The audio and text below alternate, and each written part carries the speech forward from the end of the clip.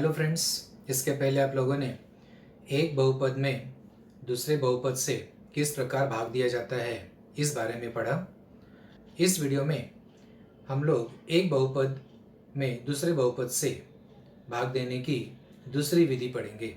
उस विधि का नाम है संश्लेषणात्मक भाग विधि। ठीक है, तो आइए देखते हैं संश्लेषण भाग विधि क्या है। एक एग्जाम्पल लेते हैं। तो ये हमने एक एग्जाम्पल लिया है। ये एग्जाम्पल है 3x³ प्लस 2x² माइनस 1 में x प्लस 2 से भाग दीजिए। इस बहुपद में इस बहुपद से भाग देना है। ठीक है, जिसमें भाग देते हैं उसे हम क्या कहते हैं? भाज्य। तो ये भाज्य है।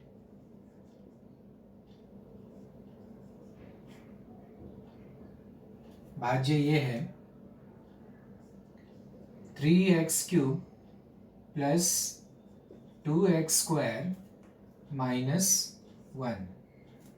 Correct, 3x³ plus 2x² minus 1, इसमें हमें भाग देना है।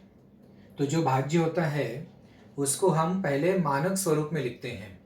अगर वो मानक स्वरूप में है तो कोई बात नहीं, अगर मानक स्वरूप में नहीं है तो हम लोग मानक स्वरूप में लिखेंगे। ठीक है, तो हम देखते हैं यहाँ पर 3x³ घातांक सबसे बड़ा घात 3 है, उसके बाद 2 है, उसके बाद डायरेक्ट क्या आ गया? शून्य वाला घात आ गया, जिसका मतलब ये मानक स्वरूप में नहीं है। तो हम इसको मानक स्वरूप में लिखेंगे। भाज्य का मानक स्वरूप।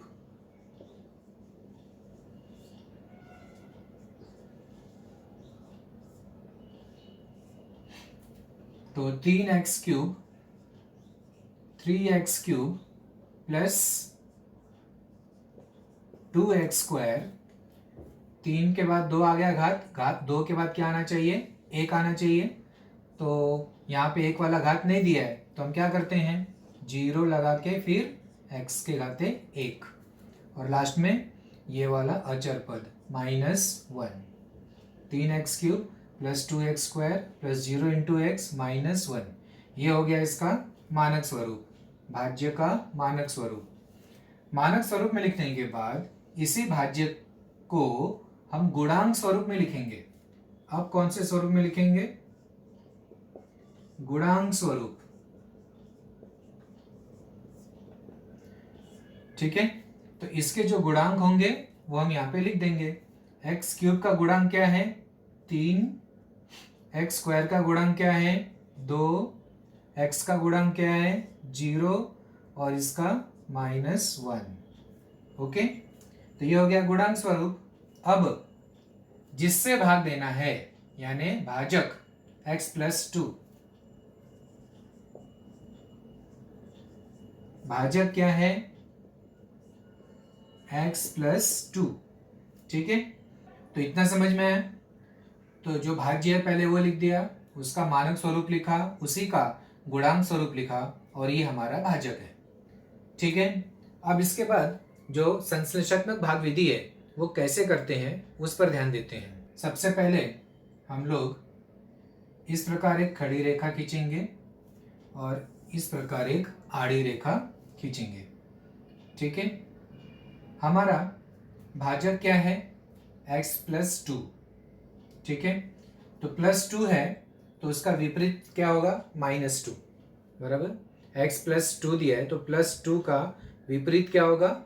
माइनस 2। ठीक है, तो यहाँ पे हम लोग माइनस 2 लिखेंगे और जो गुणांक है जिसमें हमें भाग देना है, भाज्य का गुणांक स्वरूप हम यहाँ पे लिखेंगे। जैसा है वैसे ही गुणांक स्वरूप यहाँ पे लिख देंगे। 3, 2, 0 माइनस 1, ये हमारा गुणांक स्वरूप था भाज्य का। ठीक है, तो हमने खड़ी रेखा खींचा, आड़ी रेखा खींचा, गुणांक स्वरूप लिखा और जो भाजक है x प्लस 2, उसका प्लस 2 का हमने विपरीत अंक लिया माइनस 2। ठीक है, अब देखो क्या करते हैं। तो ये जो पहला अंक है, पहला गुणांक है, उसको हम जैसे का तैसा नीचे लिखते हैं। जैसा है वैसे ही हम लोग यहाँ पे इसको लिख लेंगे 3, इसको कुछ नहीं करेंगे। ठीक है। अब -2 का गुणा 3 में करेंगे, -2 का गुणा 3 में करेंगे। समझ में आया? क्या करेंगे? -2 का गुणा 3 में करेंगे, -2 का गुणा 3 में करेंगे तो क्या आएगा? -6, 2 तिहाई 6 और ये -3, -6।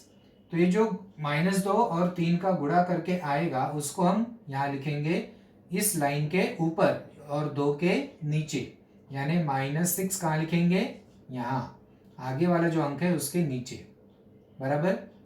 अब -6 यहाँ आ गया, 2 ऊपर है, -6 नीचे है, इन दोनों को जोड़ते हैं, इन दोनों को जोड़ते हैं तो ये प्लस चिन्ह है और ये माइनस चिन्ह है, बराबर। तो यहाँ विपरीत चिन्ह है तो ये दोनों घट जाएंगे, ठीक है। आप लोग को जोड़ना, प्लस माइनस का जोड़ना घटाना आता है, ठीक है।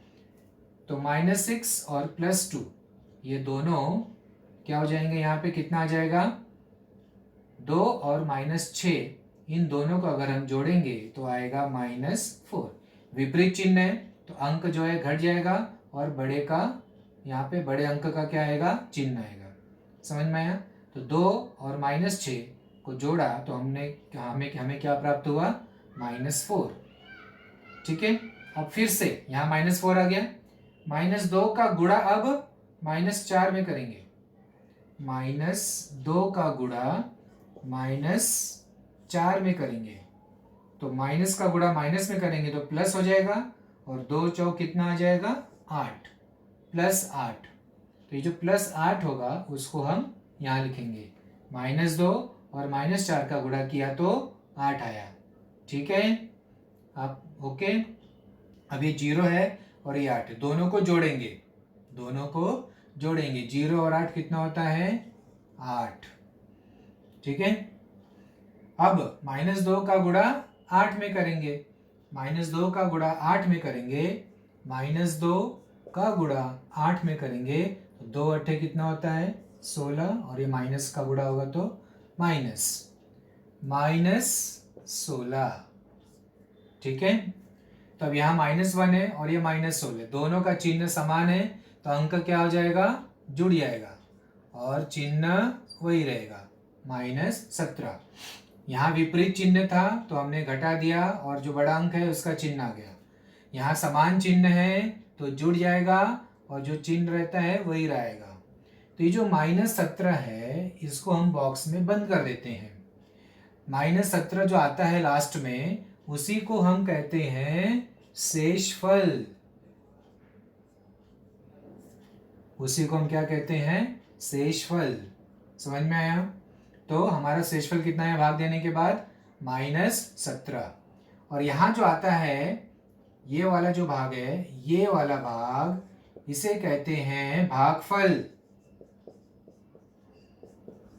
इस भाग को कहते हैं, ये जो आया है 3, -4, 8, ये गुणांक स्वरूप है भागफल का, तो उसको हम यहाँ पे लिख देंगे 3, -4 और 8, ये हो गया हमारा भागफल। ये जो गुणांक स्वरूप है इसको हम घातांक स्वरूप में परिवर्तित कर देंगे, घातांक स्वरूप। तो 3 -4 8, 1 2 3, 3 गुणांक है। चारांक क्या है? यहाँ पर सवाल में चारांक क्या है? x है। सवाल में जो चारांक है वही चारांक यहाँ पर लेंगे, तो x लिया, चारांक क्या लिया? x। इसका सबसे बड़ा घात क्या लगाएंगे? 1 2 3 है, 3 में से 1 गया 2, तो घात कितना आ जाएगा यहाँ पे? 2। तो x², उसके बाद फिर x लिखेंगे और एक अचर पद लास्ट में। फिर उसके बाद x² का गुणांक क्या होगा? 3, x का गुणांक क्या होगा? -4 और ये लास्ट में +8। तो हमारा जो भागफल है वो ये होगा 3x² - 4x धन 8।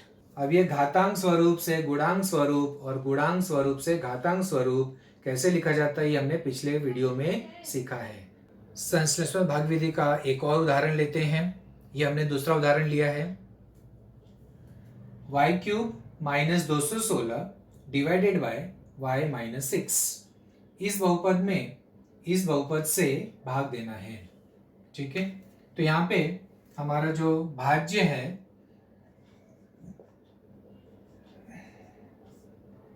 ये भाज्य है y³ माइनस 216। क्या ये मानक स्वरूप में है? नहीं, तो पहले मानक स्वरूप में लिखेंगे।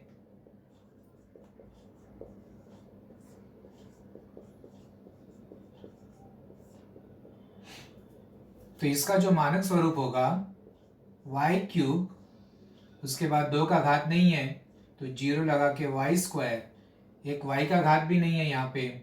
ठीक है, y² वाला पद नहीं है तो 0 आ गया, y वाला पद भी नहीं है तो 0 y, और लास्ट में अचर पद -216 हो गया। ये मानक स्वरूप 3 2 1 0। ठीक है, अब मानक स्वरूप में लिखने के बाद इसी का हम गुणांक स्वरूप लिखेंगे। गुणांक स्वरूप, इसका गुणांक स्वरूप लिख दो। तो y³ का गुणांक यहाँ पे क्या है? 1। y² का गुणांक क्या है? 0। y का गुणांक क्या है? 0। और ये लास्ट में क्या है? -216। ये हो गया गुणांक स्वरूप। ठीक है, अब यहाँ पर भाग देने के लिए हम क्या करेंगे? इस प्रकार से इस प्रकार से खड़ी रेखा खींचेंगे और एक आड़ी रेखा खींचेंगे, बराबर। अब जो गुणांक स्वरूप है उसको यहाँ पे लिख देंगे 1 0 0 -216। ठीक है, अब जिससे भाग देना है, किससे भाग देना है हमको? ये है हमारा भाजक। क्या है ये? y माइनस 6, बराबर, y माइनस 6। तो ये जो -6 है इसका विपरीत क्या होता है? +6। -6 का हम क्या करेंगे? विपरीत अंक लेंगे, +6। तो -6 का विपरीत हो गया +6, तो +6 से हम लोग इसमें भाग देंगे। ठीक है, शुरू करें। तो सबसे पहले वाला जो अंक होता है उसको जैसा है वैसे ही लिखते हैं। यहाँ पे आ गया 1, जैसा है वैसे ही लिखेंगे। यहाँ पे लिखने के बाद इसका गुणा, ठीक है, भाजक का गुणा इसमें करेंगे। 6 का गुणा 1 में करेंगे, 6 1 कम 6, यहाँ से यहाँ, यहाँ से यहाँ, 6 1 कम 6, ये 6 इधर आ गया। ठीक है, इन दोनों को जोड़ देंगे। 0 और 6 कितना होता है? 6। अब यहाँ पे 6 आ गया, तो फिर से 6 का गुणा 6 में करेंगे तो 36, 0 और 36 को जोड़ देंगे तो 36, 6 का गुणा 36 में करेंगे तो 216, इन दोनों को जोड़ देंगे तो 0, करेक्ट। माइनस है और ये प्लस है तो दोनों घट जाएगा, 216 में से 216 गया तो 0। ठीक है, 0 आ गया। अब ये हमारा क्या हो जाता है? शेषफल। और यहां जो आता है ये क्या होता है? गुणांक स्वरूप। किसका? भागफल का। तो हमारा जो भागफल है वो क्या है? 1 6 और 36, करेक्ट। इसको हम क्या करते हैं? घातांक स्वरूप में लिखते हैं। इसको हम घातांक स्वरूप में लिखते हैं। तो घातांक स्वरूप में कैसे लिखेंगे? चरांक क्या है यहाँ पर? चरांक y है, तो चरांक हम y रखेंगे, चरांक y लिख दिया। घात y का घात कितना लगाएंगे? सबसे बड़ा 1 2 3, 3 गुणांक है यहाँ पे, तो एक कम कर देते हैं। तो यहाँ पे एक कम कर देंगे तो 2 हो जाएगा। 1 2 3, 3 में से एक कम कर दिया तो 2, इसलिए y का घात यहाँ पे कितना आएगा? 2।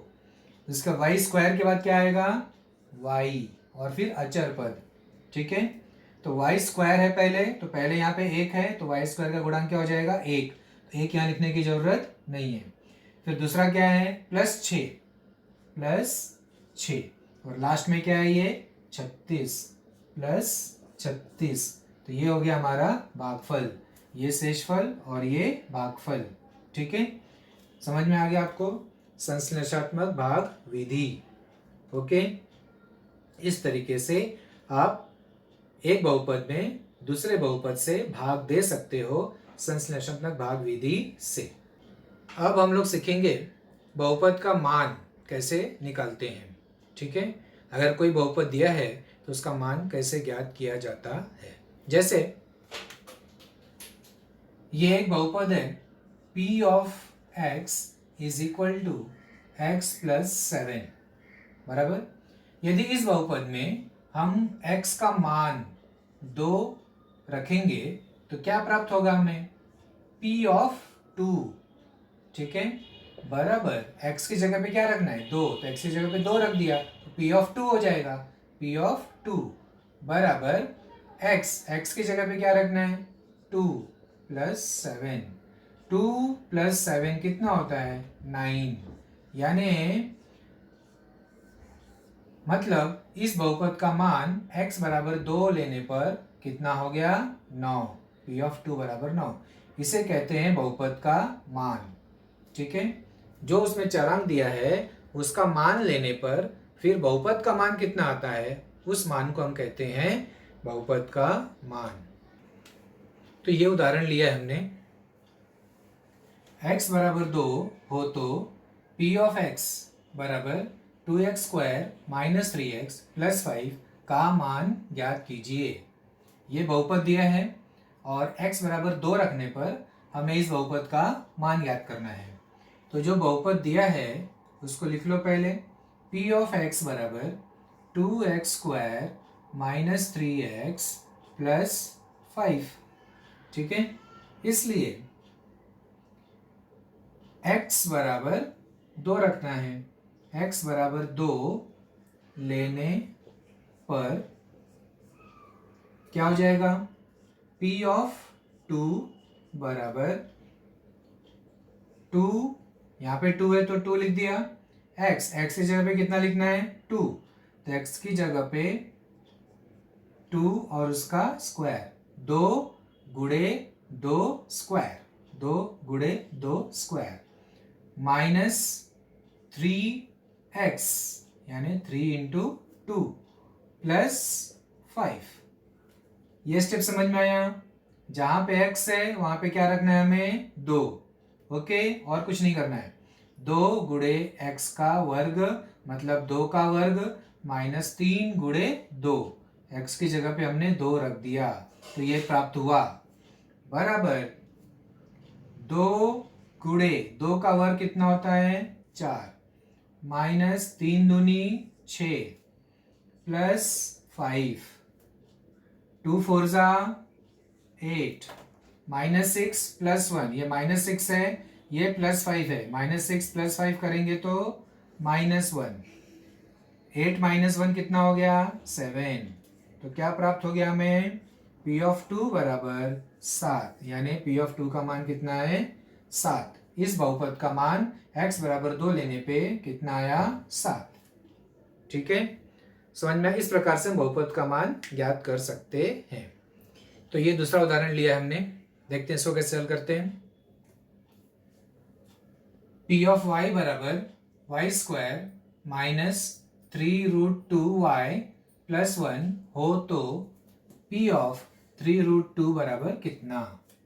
ठीक है, तो इसको हम लोग सॉल्व करते हैं। p ऑफ y दिया है y square minus 3 root 2y plus 1, ये बहुपद दिया है। हमें मान किसका ज्ञात करना है, p of 3 root 2। Okay, p of y दिया है और p ऑफ 3 रूट 2 ज्ञात करना है। इसका मतलब क्या हुआ, y की जगह पे हमें क्या रखना है, 3 रूट 2।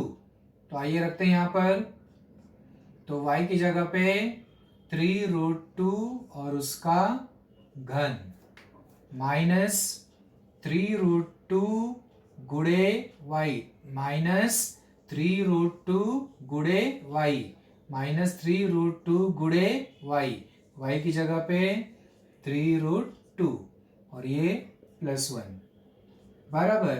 अब इसका घन करना है तो 3 है, 3 का घन कितना होता है 27, √2 का घन, √2 का घन मतलब √2 का गुणा कितनी बार 3 बार, तो √2 गुणे √2 कितना होता है 2 और ये √2, तो √2 का अगर हम घन करेंगे तो क्या प्राप्त होगा 2√2, तो यहाँ पे हमें प्राप्त हो जाएगा 2√2, 3 का घन किया तो 27, √2 का घन किया तो 2√2 माइनस इन दोनों का गुणा -3√2 गुणे 3√2, 3 तिया 9 गुणे √2 का गुणा √2 में करेंगे तो 2 +1 बराबर 27 इंटू 2 54√2 माइनस 9 का गुणा 2 में करेंगे तो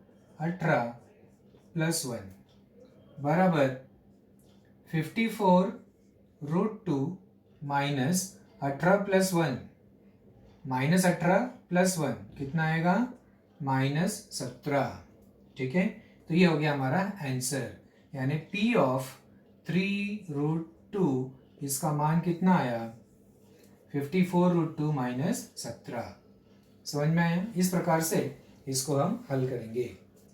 तो ये हमने अभी एक और एग्जांपल लिया है, इसको कैसे हल करते हैं देखो। P ऑफ m, तो ये है P of m, m³ plus 2m² minus m plus 10। हमें ज्ञात क्या करना है P of a plus P of minus a, P of a plus P of minus a, इन दोनों का योगफल कितना होगा ये ज्ञात करना है। ठीक है, तो देखो पहले ये क्या है P ऑफ a, चाहिए तो पहले ये ज्ञात करो फिर ये ज्ञात करो फिर दोनों को जोड़ो, ऐसा भी कर सकते हो, या फिर साथ में ही हम ज्ञात कर सकते हैं। जैसे P of a plus P of minus a बराबर, पहले क्या है P ऑफ a, तो यहाँ पे P ऑफ m है, m की जगह पे हम क्या रखेंगे a, तो P ऑफ a प्राप्त होगा, m की जगह पे a रखो तो क्या मिलेगा a³ plus 2 plus 2a² minus a plus 10, ये हो गया P of a। P of a इतना आ गया। अब उसके बाद क्या ज्ञात करना है, प्लस के बाद P of minus a, P of minus a ज्ञात करना है, तो मतलब m की जगह पे क्या रखेंगे माइनस a, इसी के आगे ये हो गया P ऑफ a प्लस अब P ऑफ माइनस a, तो m की जगह पे माइनस a रखो तो माइनस a के घाते क्यूब प्लस 2 माइनस a के घाते 2। ठीक है, यहाँ पे माइनस m की जगह पे ये माइनस है, m की जगह पे क्या रख दिया माइनस a और लास्ट में प्लस 10। समझ में आया? अब इसको हम लोग हल कर लेंगे। ये हो गया a³, ये तो जैसा है वैसे ही लिख दिया सब, minus a plus 10, minus a का घात 3, उसका घात 3 करेंगे तो क्या आ जाएगा minus a³ plus 2, minus a का स्क्वायर करेंगे तो क्या आ जाएगा a², माइनस का गुणा माइनस a में करेंगे प्लस a और प्लस 10। अब सजातीय पद है तो साथ में लिख लो, ये है प्लस a³ और ये है माइनस a³, ये सजातीय पद है साथ में लिख लिया।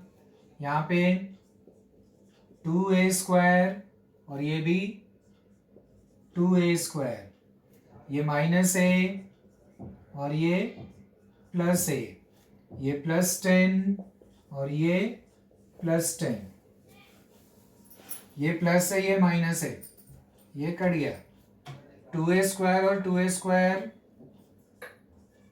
4a², minus a plus a 0, minus a plus a 0, ये भी कट गया। 10 और 10 कितना हो गया 20, तो ये हमारा हो गया आंसर, मतलब P of a plus P of minus a, ये पूरा कितना आ गया 4a² + 20। इस तरीके से इसको हम लोग हल करेंगे। ओके, अब हम लोग सीखते हैं कि शेषफल प्रमेय क्या है। ठीक है, शेषफल प्रमेय समझने के लिए एक उदाहरण लेते हैं। शेषफल प्रमेय को समझने के लिए ये हमने एग्जाम्पल लिया है, x⁴ - 5x² - 4x में x + 3 से भाग देने पर शेषफल ज्ञात कीजिए। तो यहाँ पे हमें शेषफल ज्ञात करना है। ठीक है, तो देखो अभी हमने क्या सीखा कि बहुपद का मान कैसे ज्ञात किया जाता है। बहुपद का मान कैसे ज्ञात किया जाता है, इसे ज्ञात करने के लिए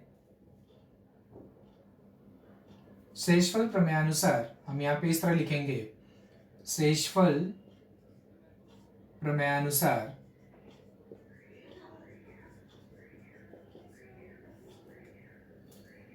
ये जो p ऑफ x है, बहुपद जो दिया है उसको हमने p ऑफ x ले लिया, x⁴ - 5x² - 4x, और भाजक क्या है, भाग किससे देना है हमें, भाजक जो है वो है x + 3। ओके, ये भाज्य है और ये भाजक है, इसमें इससे भाग देना है, इसमें इससे भाग देना है।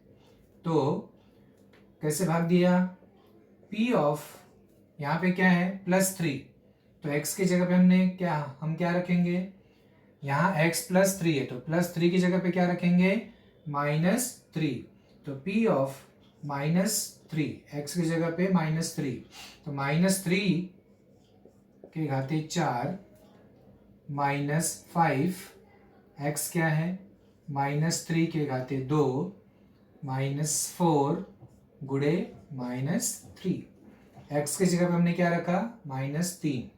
ओके, तो -3 के घाते 4 कितना आएगा 81, 3 का गुणा 4 बार, 3 तिया 9, 9 तिया 27, 27 तिया 81। ठीक है, -5 गुणे -3 का वर्ग 9, माइनस का गुणा माइनस में होगा तो प्लस, 4 तिया 12, 81 माइनस 9 × 5 = 45 प्लस 12, 11 में से 5 गया 6, 7 में से 4 गया 3, बराबर 11 में से 5 गया 6, 7 में से 4 गया 3, प्लस 12, 36 और 12 कितना होगा 48, यानी p ऑफ -3 का मान कितना आया 48। ये हमने यहाँ पे क्या लिखा है, शेषफल प्रमेयानुसार हमें इस बहुपद का मान कितना प्राप्त हुआ 48। अब हम देखेंगे कि संश्लेषण भाग विधि से भाग देने पर भी इतने ही आता है क्या शेषफल। तो इसका जो मानक स्वरूप में लिखते हैं पहले इसको, ठीक है, उसके बाद गुणांक स्वरूप में लिखते हैं, बराबर, वो आपको आता है लिखने, मैं यहाँ पर डायरेक्ट लिखता हूँ। सबसे बड़ा घात क्या है, x से घाते 4, इसका गुणांक क्या है 1, 4 के बाद क्या आना चाहिए 3, 3 वाला गुणांक यहाँ पे नहीं है तो इसका गुणांक हम लोग क्या लेते हैं 0, 3 के बाद है 2, x² का गुणांक कितना है -5, फिर x का गुणांक कितना है -4, लास्ट वाला अचर पद नहीं है तो यहाँ क्या लेंगे 0।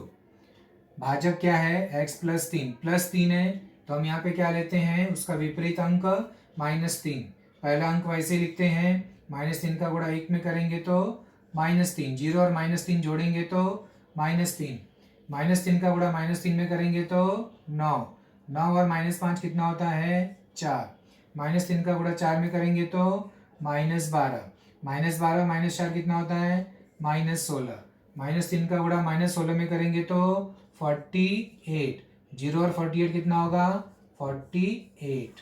तो यहाँ पर भी देखा आपने, लास्ट में क्या आता है यहाँ पे शेषफल, देखा आपने शेषफल कितना आया 48। तो इसके पहले हमने बहुपद का मान 48 आया था हमारा, और यहाँ भाग देने पर भी हमें कितना आ रहा है शेषफल 48। इसका मतलब शेषफल प्रमेय में हम क्या करते हैं, एक्चुअली बहुपद का मान ही ज्ञात करते हैं। समझ में आया, तो उसे हम कहते हैं शेषफल प्रमेय, बराबर। अगर हमें किसी बहुपद से भाग देने को कहा गया है और भाग देने के बाद हमें शेषफल प्राप्त करना है। तो शेषफल हम कैसे प्राप्त करेंगे? उस बहुपद के मान की विधि के अनुसार। जैसे हम बहुपद का मान ज्ञात करते हैं वैसे ही हम शेषफल भी ज्ञात करेंगे। ठीक है, एक उदाहरण लेते हैं शेषफल प्रमेय का, तो आपको समझ में आ जाएगा कि शेषफल प्रमेय क्या है। यहाँ पर प्रश्न क्या दिया है? शेषफल प्रमेय का उपयोग करके x³ - 2x² - 4x - 1 इस बहुपद में x - 1 से भाग देकर शेषफल ज्ञात कीजिए। इस बहुपद में इससे भाग देना है और हमें शेषफल ज्ञात करना है शेषफल प्रमेयानुसार। ठीक है, तो क्या करते हैं, पहले जो बहुपद दिया है उसको लिख लो। p ऑफ x बराबर x³ - 2x² - 4x - 1। ठीक है, ये बहुपद दिया है और भाजक क्या दिया है? x - 1। तो यहां पे हम लोग लिखेंगे शेषफल प्रमेयानुसार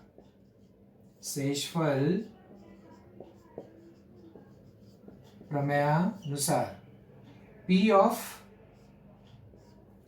x है, तो x की जगह पे क्या रखना है हमको? x - 1 है, तो यहाँ -1 है, -1 का विपरीत क्या होगा? +1, तो यहाँ पे +1 रखेंगे, यानी x की जगह पे 1 रखेंगे। ठीक है, तो क्या प्राप्त होगा हमें? 1³ - 2 × 1² - 4 × 1 - 1। एक का घात 1³ कितना होता है? 1 - 2 × 1 का स्क्वायर 1, 4 × 1 4 -1, 1 - 2 - 4 -1, तो 1 - 2 - 4 -1 -2 - 4 -1 कितना आ जाएगा? -2 - 4 -6 और -1 -7। 1 - 7 कितना? -6। तो P ऑफ 1, इसलिए P ऑफ 1 कितना आ गया? -6। तो ये जो मान आता है यही हमारा क्या होता है? शेषफल। तो शेषफल बराबर -6। समझ में आया? तो शेषफल प्रमेय क्या है? वही है जो हमने मान ज्ञात किया। ठीक है, जैसे हमने मान ज्ञात किया ना वैसे ही सिर्फ जो भाजक होता है उस पर ध्यान दिया जाता है। x - 1 है तो यहाँ जो अंक है -1 उसका विपरीत अंक लेकर हम लोग मान ज्ञात करते हैं।